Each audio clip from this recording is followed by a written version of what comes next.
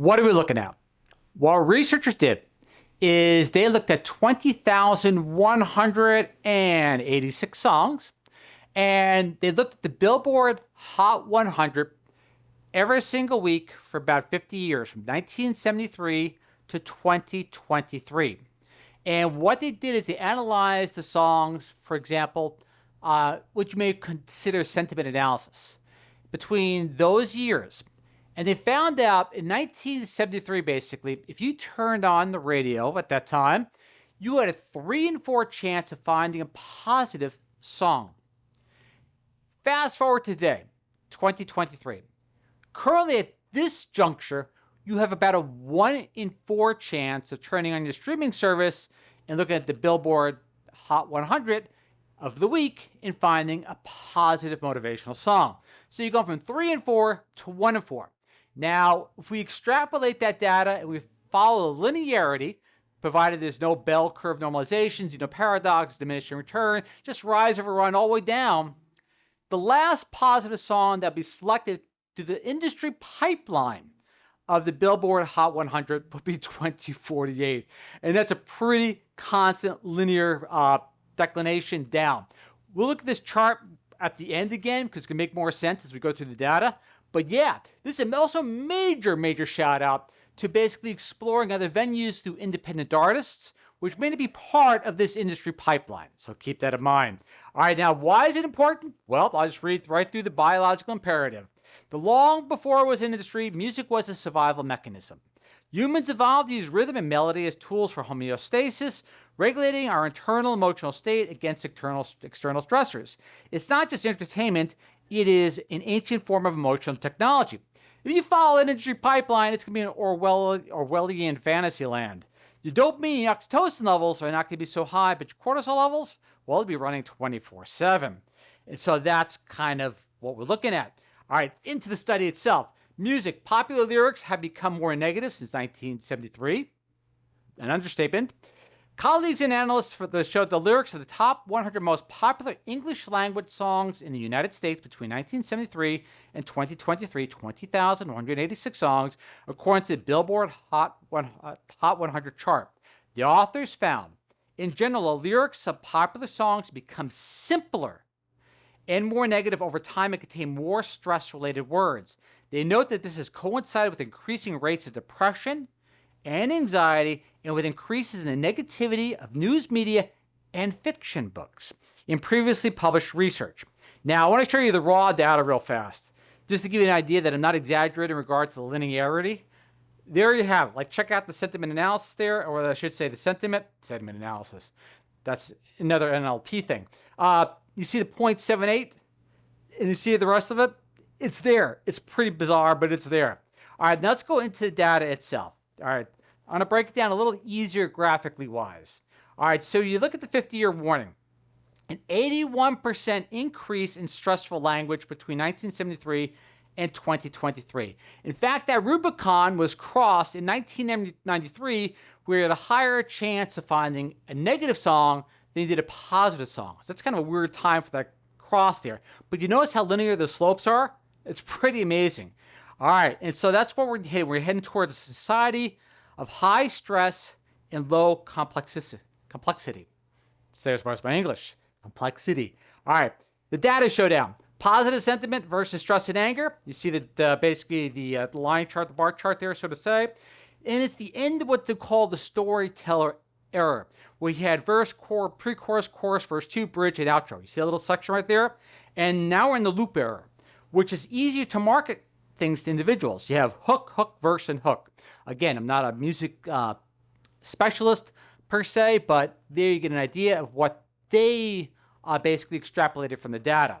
And there's your hard numbers as well. The warning, simpler lyrics, less critical thought, higher reactivity. Interesting, more people are less likely to analyze and give context and situational awareness, and more likely just to react in a non-positive outlook. And there, your chart right there is your circle graphs as far as 3 and 4 and 1 and 4, and the cognitive erosion as well. The dropping of the IQ and the reading comprehension. What they call the Flynn effect was when the IQ is going up, and you have a reverse Flynn effect, which tends to correlate almost with the exact same time. I think IQ levels were going up to 1970s. I forgot the year exactly, and then they begin to slowly decline after that point. A reverse Flynn effect. All right, protocols and specifications. Let me go back to the study real fast. All right, the backstory. The research interest is not limited to the linguistic content of lyrics. Recent studies have investigated trends in lyrical complexity with popular music, revealing a gradual simplification over time. Findings indicate that songs with simpler lyrics tend to achieve greater commercial success. To reiterate, songs with simple lyrics tend to achieve greater commercial success than those with more complex lyrics. This trend of decreasing complexity is evident that the lexical and structural complexity of lyrics. Yet, few studies have directly combined the diachronic lyric analysis of socioeconomic data.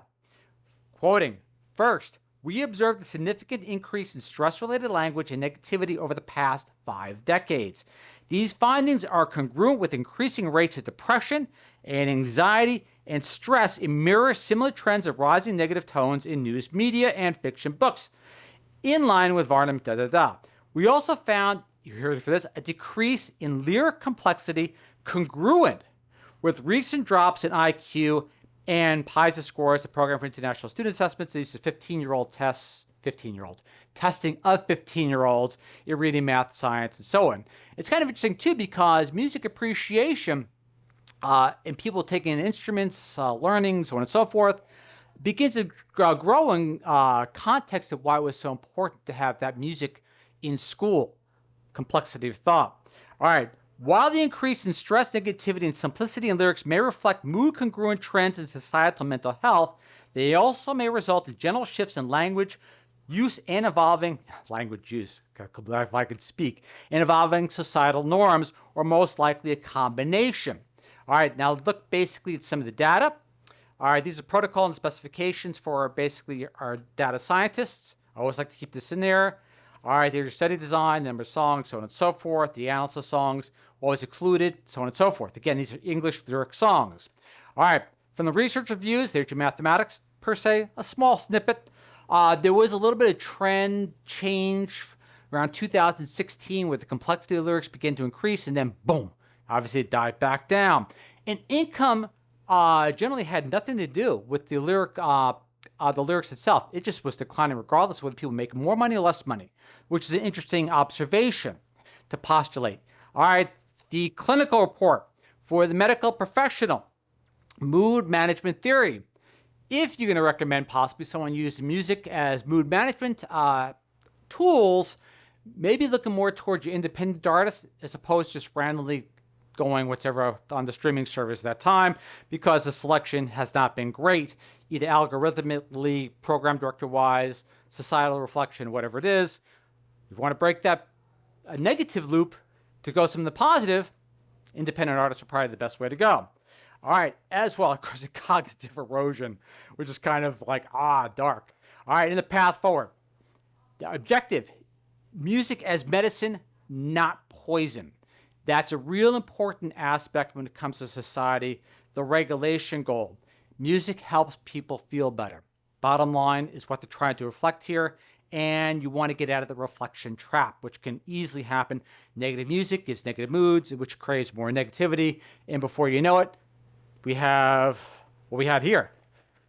The 2048, linear decline.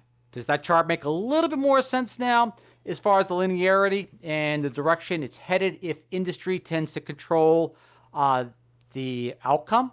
So you get an idea there. Incredible observation. More of these need to be done. But again, people may go, oh, this is about health, vitamins, supplements, and so on and so forth. Well, you can recommend lots of things to make people feel better.